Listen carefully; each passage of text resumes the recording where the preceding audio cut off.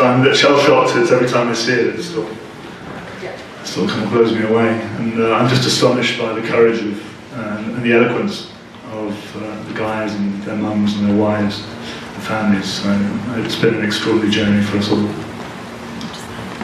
Is there anybody you'd like to bring to the stage now? I'd like to bring James and Wade up.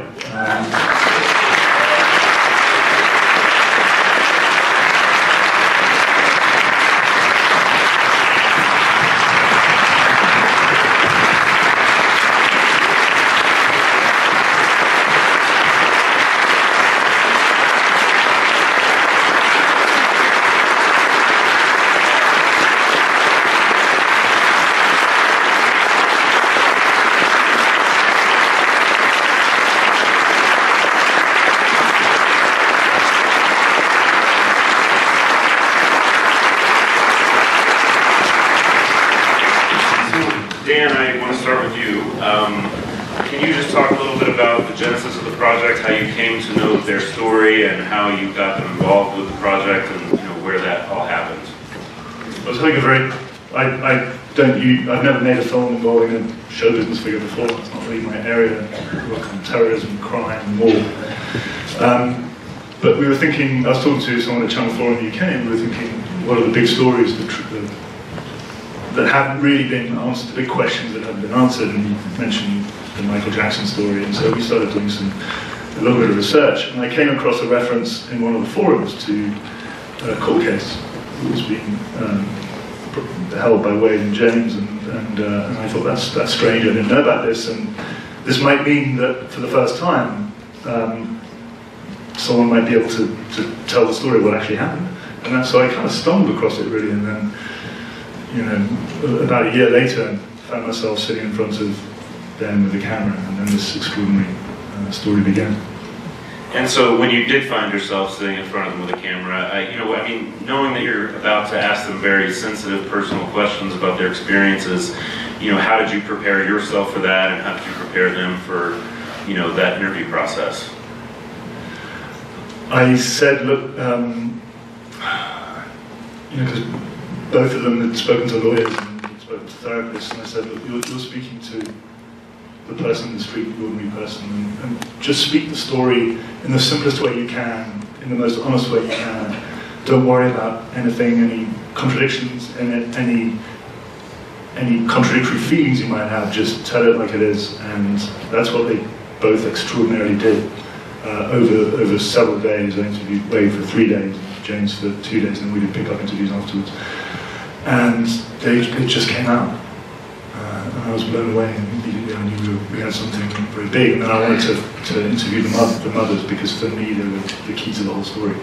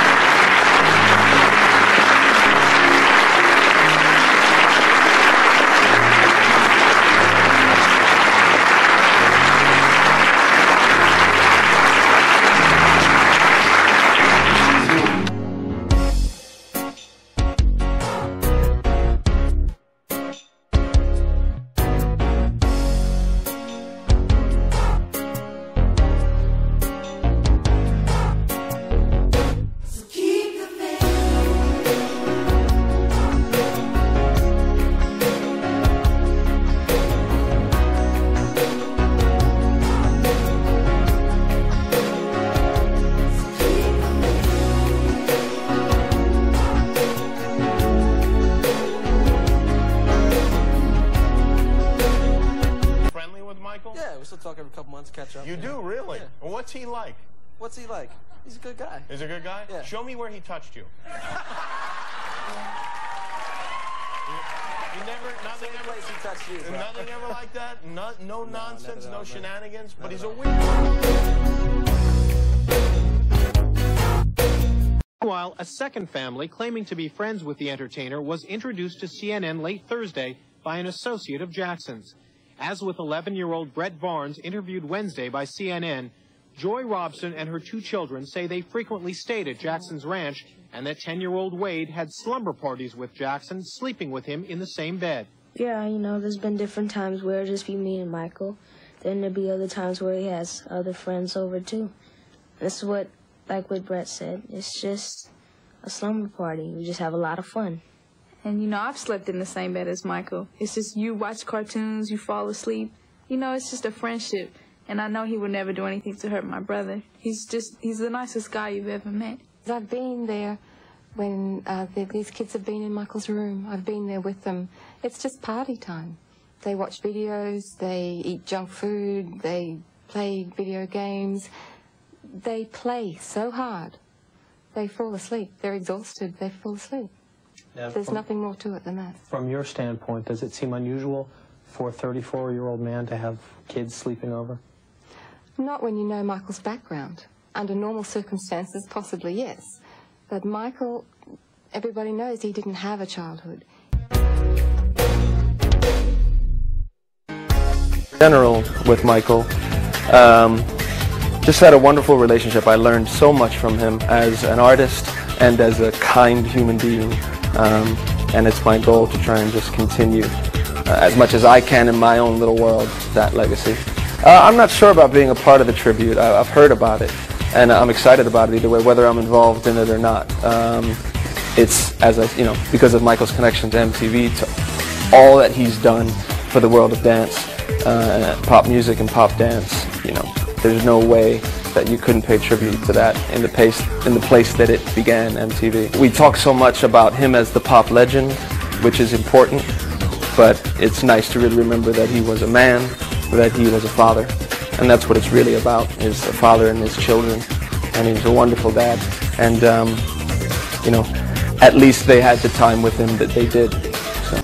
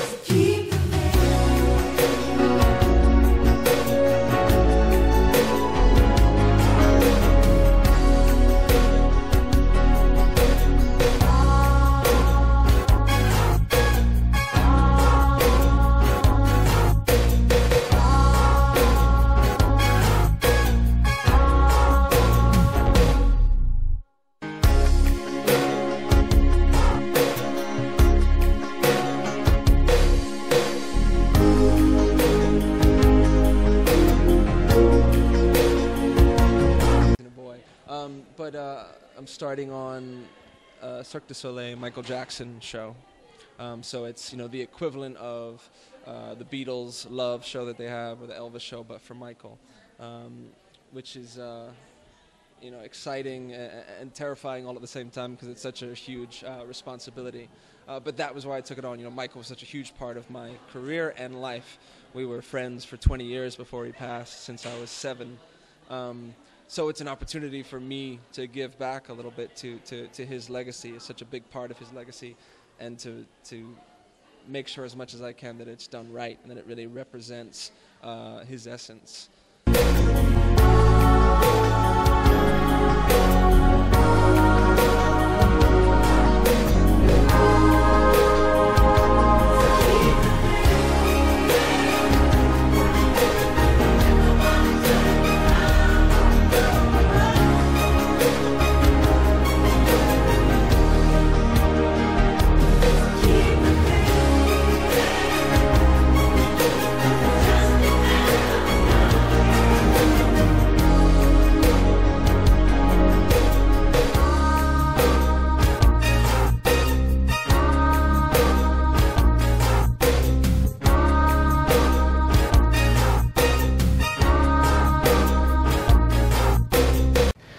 first witness called by the defense, and the attorney for Michael Jackson said he called you first because you were so convincing and powerful, asserting the innocence of Michael Jackson. Yeah. And here we are these years later, and you're going to say just the opposite. Right. What happened? First of all, one thing I want to clear up is that this is not a case of repressed memory in any It's way. been reported in the press some. I never forgot one moment of what Michael did to me. But I was psychologically and emotionally completely unable and unwilling to understand that it was sexual abuse.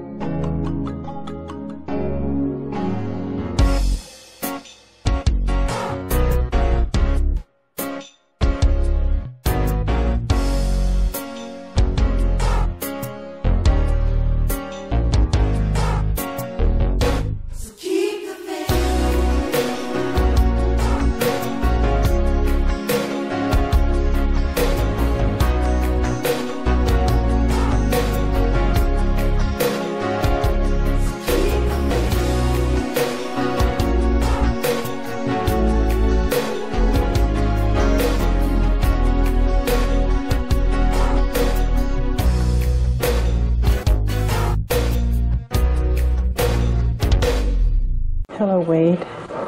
Congratulations, little one. Today is your birthday.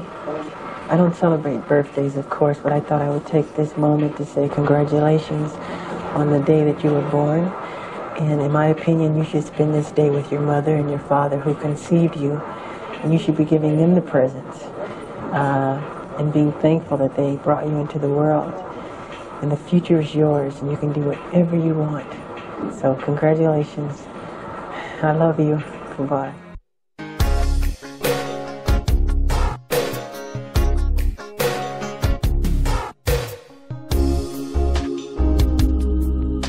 Accomplishments. The largest selling album in the history of recorded music. The two largest selling albums of the 1980s. The only album ever to produce 5 #1 singles. I'm sure it won't surprise you that I'm going to make this one short again, but I'll have to say, however, that no album sells itself. It is up to the people out there to buy it.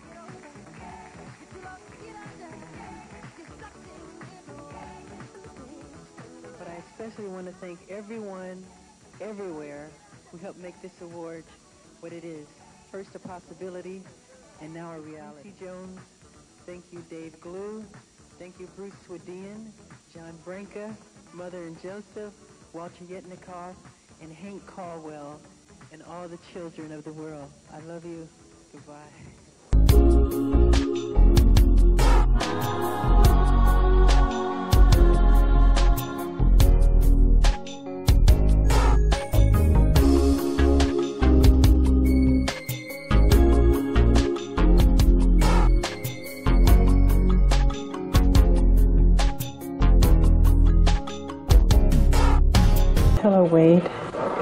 Congratulations, little one. Today is your birthday.